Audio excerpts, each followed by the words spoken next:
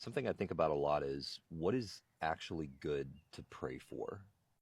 There's this section in Second Kings where King Hezekiah gets really sick, and the prophet comes and tells him that he's going to die. And so he prays vehemently before the Lord that he would live.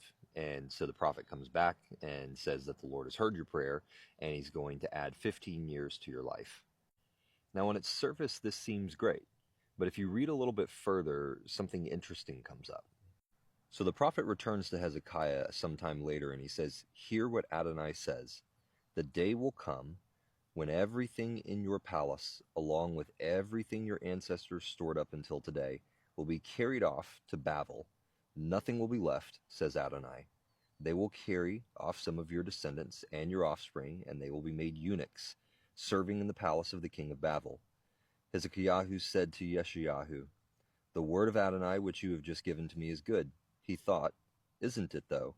If peace and truth continue, at least through my lifetime." Now you have to understand, leading up to this point, King Hezekiah had just gone through an ordeal.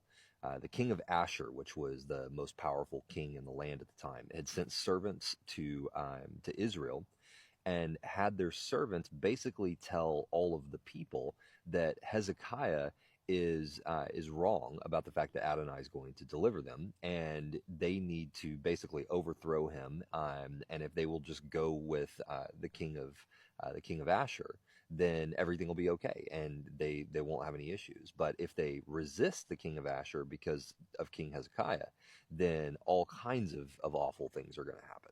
And so Hezekiah had to not only contend with the issue of the threat of this king, but he also had to contend with the issue of you have a whole bunch of people out here who have a king who's telling them, "Listen, if you'll just serve me, I'll basically leave you alone. You can stay in your houses, nothing changes, right? If you'll just serve me, it'll be all good."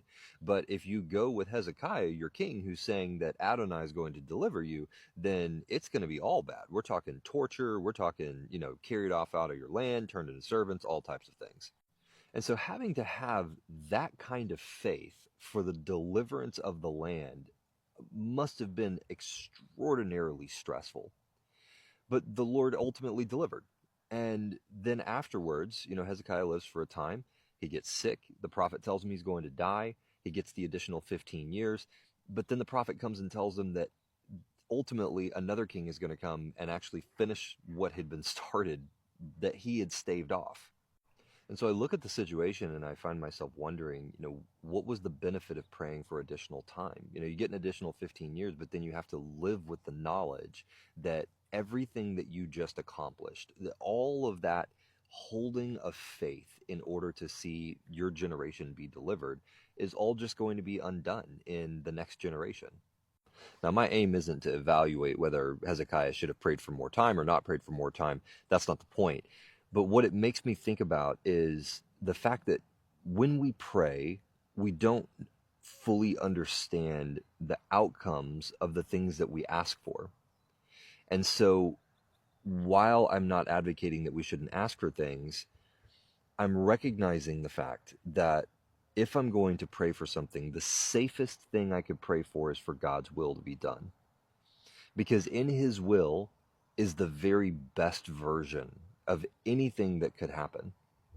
And so when you extrapolate that out, that's hard sometimes, because the things that may be happening in our life, or the things that we're desiring for, those things that are closest to our heart, it makes sense for us to pray for those things and to contend for those things.